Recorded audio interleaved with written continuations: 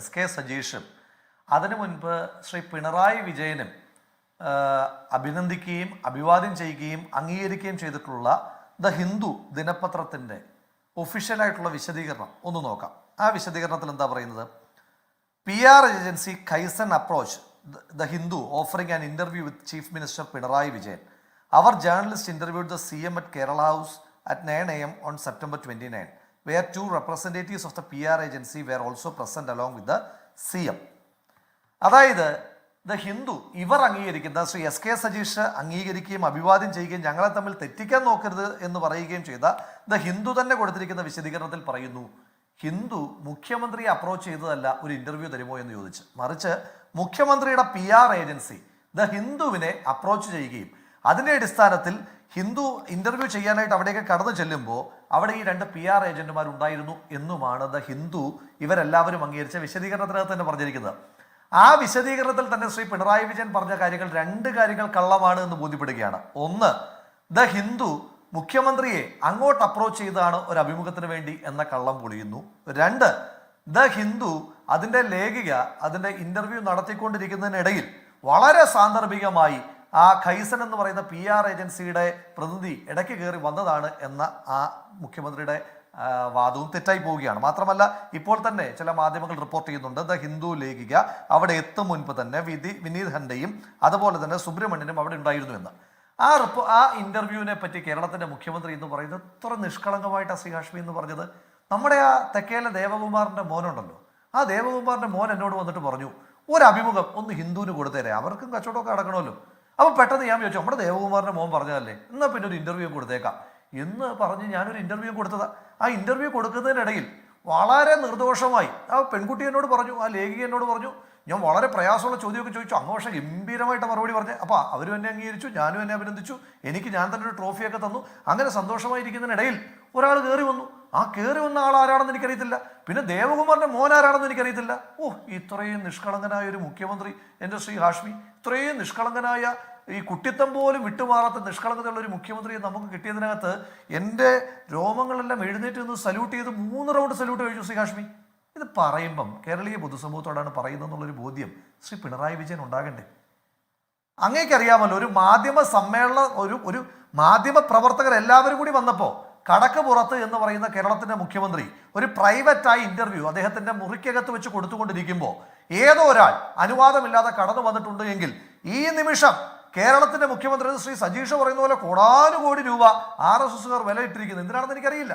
RSSകാർ വിലയിട്ടിരിക്കുന്ന കേരളത്തിന്റെ മുഖ്യമന്ത്രി ശ്രീ പിണറായി വിജയന്റെ സെക്യൂരിറ്റി ബ്രീച്ചിന്റെ പേരിൽ കേരള ഹൗസിൽ ശ്രീ പിണറായി വിജയൻ മുഖ്യമന്ത്രി ആയതിനു ശേഷം അധികമായി നിയോഗിച്ചിരിക്കുന്ന കമാൻഡ് ഹൗസിനെ ഇന്ന് തന്നെ സസ്പെൻഡ് ചെയ്യണം. കാരണം കടുത്ത സെക്യൂരിറ്റി ബ്രീച്ച് അല്ലേ. ഇപ്പോൾ ഒരു മാധ്യമ സമ്മേളന ഹാളിലേക്ക് ആരെങ്കിലും കയറി വന്നു എന്ന് പറഞ്ഞാൽ പോലും നമുക്ക് വേണമെങ്കിൽ വിശ്വസിക്കാം, അത് നടക്കില്ല. കേരളത്തിന്റെ മുഖ്യമന്ത്രി ഒരു പത്രസമ്മേളനം നടത്തുമ്പോൾ കൃത്യമായി ID കാർഡ് കാണിച്ച് സുരക്ഷാ ഉദ്യോഗസ്ഥരുടെ അനുവാദത്തോടു കൂടി മാത്രമേ മാധ്യമ സമ്മേളന മുറിക്കകത്ത് പോലും ഒരാൾക്ക് കയറാൻ കഴിയുള്ളൂ. ശ്രീ ഹാഷ്മിയുടെ ചാനലിൽ നിന്ന് നേരത്തെ അറിയിക്കാതെ ശ്രീ ഹാഷ്മിക്ക് ഒരു ഇന്റർവ്യൂവിന് കയറി ഇരുന്ന് കാണിക്കാമോ? കഴിയില്ല. അപ്പോഴാണ് മുഖ്യമന്ത്രിയുമായി പ്രൈവറ്റായി ഒരു ഇന്റർവ്യൂ നടക്കുന്ന ഒരു റൂമിനകത്തേക്ക് ആരോ ഏതോ മേൽവിലാസമില്ലാത്തൊരുത്തൻ കയറി വന്നിരുന്നു എന്നൊക്കെ പറയുമ്പോൾ ശ്രീ പിണറായി വിജയൻ അങ്ങയോടുള്ള എല്ലാ ബഹുമാനവും കേരളീയ പൊതുസമൂഹത്തിന് കള്ളം പറയുന്നതിൻ്റെ പേരിൽ അനുനിമിഷം നഷ്ടപ്പെട്ടുകൊണ്ടിരിക്കുകയാണെന്ന് അങ്ങേ ഓർമ്മപ്പെടുത്തുവാനായിട്ട് ആഗ്രഹിക്കുന്നു. പിന്നെ ഈ നന്ദകുമാറിന്റെ മോനെന്നൊക്കെ അങ്ങ് ലഘുവായി പറയുമ്പോൾ ആരാ ഈ നന്ദകുമാറിന്റെ മകൻ?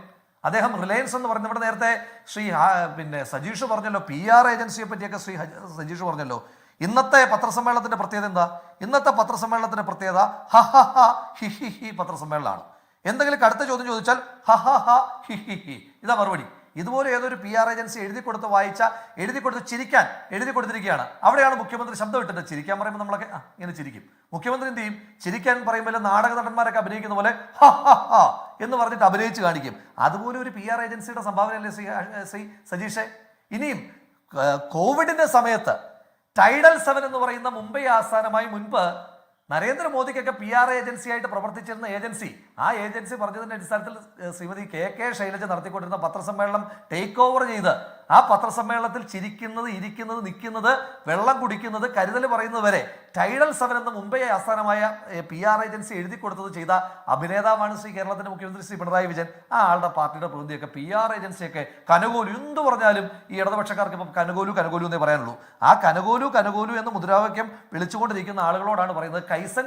ആ കൈസൻ പറഞ്ഞിട്ടാണ് കേരളത്തിന്റെ മുഖ്യമന്ത്രി അഭിമുഖം തന്നെ കൊടുത്തിരിക്കുന്നത്. പിന്നെ ഈ ദേവകുമാറിന്റെ മോൻ പറഞ്ഞിട്ടൊക്കെ അങ്ങനെ ലഘുവായി ചെയ്യാൻ ദേവകുമാറിന്റെ മകൻ വന്നിട്ട് പറഞ്ഞത്, അയ്യോ ഹിന്ദു പത്രത്തിന്റെ സർക്കുലേഷൻ ഇപ്പോൾ ഇച്ചിരി കുറഞ്ഞിട്ടുണ്ട് CMA, അതുകൊണ്ട് ആ സർക്കുലേഷൻ ഒന്ന് കൂട്ടാൻ വേണ്ടിയിട്ട് നമുക്ക് ദിവസം ഒരു പത്രം കൂടെ വരുത്തിയാലോ എന്നല്ലോ ചോദിച്ചത്. കേരളത്തിന്റെ മുഖ്യമന്ത്രിയുടെ അഭിമുഖമല്ലേ ഇത്? ഇത്ര ലാഘവത്തിലാണ് കൈകാര്യം ചെയ്യുന്നത്. ഇനി പോട്ടെ, എഴുതി തയ്യാറാക്കിയ അഭിമുഖമല്ലേ, വിഷ്വൽ അല്ലല്ലോ, എഴുതി തയ്യാറാക്കിയ ഒരു അഭിമുഖം. ശ്രീ ഹാഷ്മി, ഞാൻ പറയാം, ഞാൻ കേരളത്തിന്റെ മുഖ്യമന്ത്രിയോളം വലിയ പദവിയിലിരിക്കുന്ന ആളൊന്നുമല്ല. ഞാൻ യൂത്ത് കോൺഗ്രസിന്റെ ഒരു സാധാരണ സംസ്ഥാന പ്രസിഡന്റ്. എനിക്ക് പോലും ഞാനൊരു അഭിമുഖം കൊടുത്താൽ പോലും ആ അഭിമുഖം എഴുതി തയ്യാറാക്കിയതിന് ശേഷം എനിക്ക് അയച്ചു തരികയും എൻ്റെ ഓഫീസ് ക്രോസ് ചെക്ക് ചെയ്തതിന് ശേഷം മാത്രമാണ് ആ അഭിമുഖം പോലും പ്രസിദ്ധീകരിക്കപ്പെടുന്നത്. അത്ര പോലും സംവിധാനം എൻ്റെയും ശ്രീ ഹാഷ്മിയുടെയും ഒക്കെ പൊതുഖജനാവിൽ നിന്ന് ശമ്പളം പറ്റുന്ന ഒരു CID ഉദ്യോഗസ്ഥൻ അവിടെ പ്രസ് സെക്രട്ടറിയായിട്ടൊക്കെ ഇരിപ്പുണ്ടല്ലോ, ആ CID ഉദ്യോഗസ്ഥൻ ഇരിക്കുന്ന ആ വകുപ്പിനകത്ത് പിന്നെ എന്തിനാണ് ഈ മാധ്യമ ഉപദേഷ്ടാക്കന്മാരൊക്കെ കേരളത്തിന്റെ മുഖ്യമന്ത്രി വെച്ചിരിക്കുന്നത്? അപ്പൊ ഇവരെല്ലാവരും കൂടെ ചേർന്നിട്ട് മുഖ്യമന്ത്രിയെ ചാമ്പുകയാണോ എന്ന് മാത്രമാണ് നമുക്ക് ആ വിഷയത്തിനകത്ത് അറിയേണ്ടത്.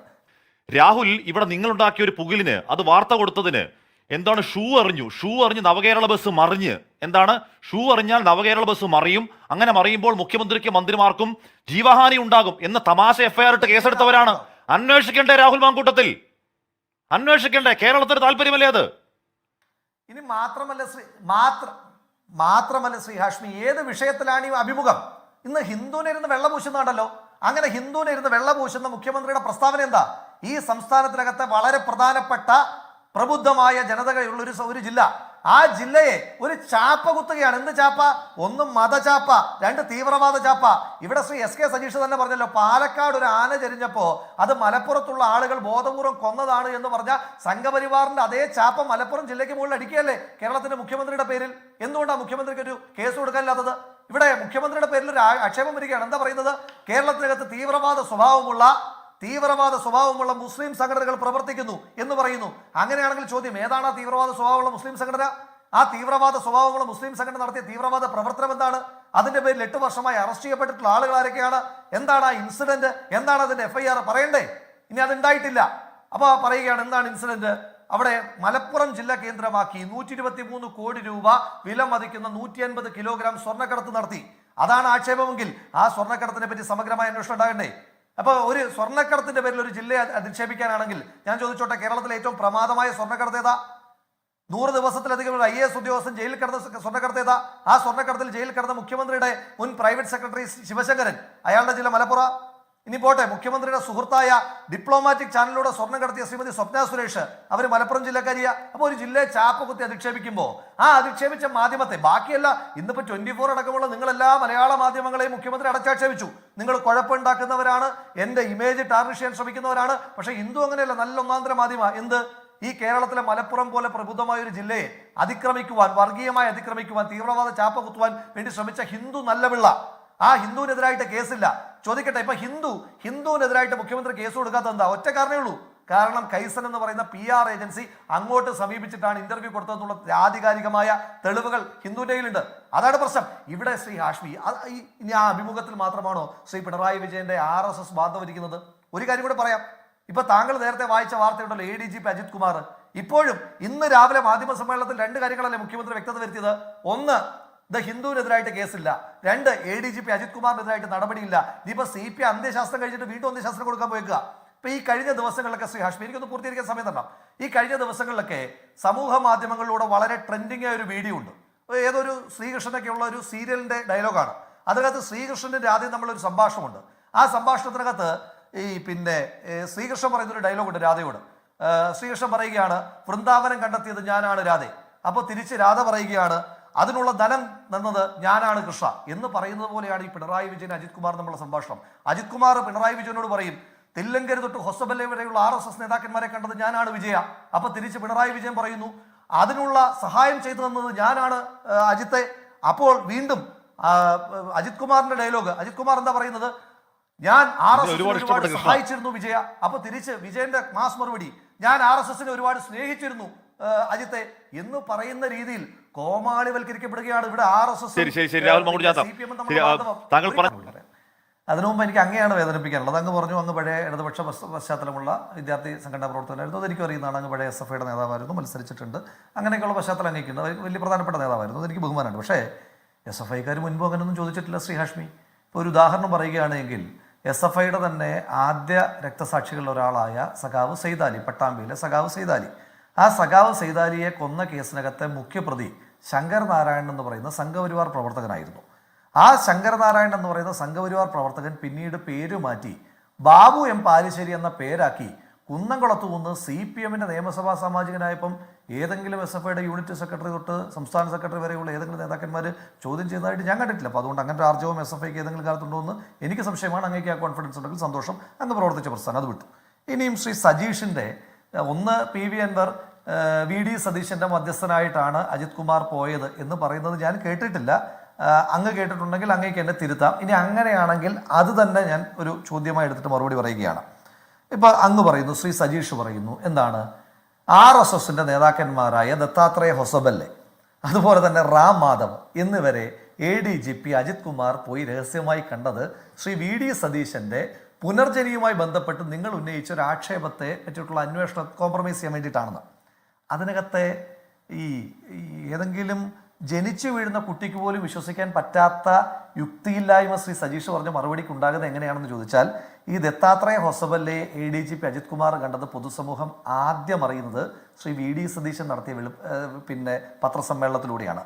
റാം മാധവനെ രഹസ്യമായി ADGP അജിത് കുമാർ പോയി കണ്ടത് പൊതുസമൂഹത്തോട് ആദ്യം വിളിച്ചു പറയുന്നത് ശ്രീ VD സതീശനാണ്. ഇനി അങ്ങയുടെ തന്നെ യുക്തിയിൽ ഇനിയും VD സതീശന് വേണ്ടിയിട്ട് മധ്യസ്ഥ പറയാനാണ് ADGP അജിത് കുമാർ പോയതെങ്കിൽ ഈ കേരളത്തിൽ മറ്റാരുടെ മുന്നിലും അതുവരെ ഇല്ലാതിരുന്നൊരു വിവരം VD സതീശൻ തന്നെ വിളിച്ചു പറയാൻ VD സതീശന്റെ പേര് SK സജീഷ് എന്നൊന്നും അല്ലല്ലോ ശ്രീ സജീഷെ.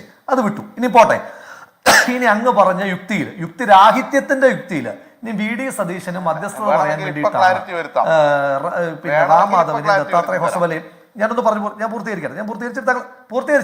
പൂർത്തീകരിച്ചിട്ട് ദത്താത്രേയ ഹൊസബല്ലയും റാം മാധവനെയും ശ്രീ അജിത് കുമാർ പോയി കണ്ടത് ശ്രീ VD സതീശനും മധ്യസ്ഥതയ്ക്ക് വേണ്ടിയിട്ടാണ് എങ്കിൽ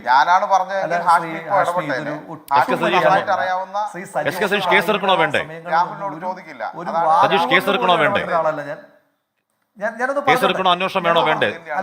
എന്റെ സമയമല്ലേ, ഞാനൊന്ന് പൂർത്തീകരിക്കട്ടെ. അന്വേഷണം വേണോ സജീഷ്? RSSകാരനെ പോയി കണ്ട തെറ്റാണോ സജീഷ് എന്ന് പറയണ്ടേ ഹാഷ്മി? പറയില്ല ഹാഷ്മി. രണ്ടാമത് സജീഷ് കേസെടുക്കണോ? കേസെടുക്കണോ? വിവരം കിട്ടി എന്ന് അറിഞ്ഞപ്പോൾ കേസെടുക്കണോ? ഈ പറയുന്ന കള്ള PR-മാർക്കെതിരെ കേസെടുക്കണോ? ഈ കള്ള PR-മാർക്കെതിരെ കേസെടുക്കണോ? അന്വേഷണം വേണോ? ദത്താത്രേയ ഹൊസബലെ റാം മാധവനെ പോയി കണ്ടത് രാഷ്ട്രീയമായി ശരിയാണോ? സജീഷ് ഉത്തരവില്ലല്ലോ. ഇവർക്ക് കൊടുക്കുന്ന പ്രിവിലേജ് സജീഷ് ഉത്തരവില്ലല്ലോ. ഇല്ല, ഒരു ചോദ്യത്തിനും ഉത്തരമായിട്ടില്ല.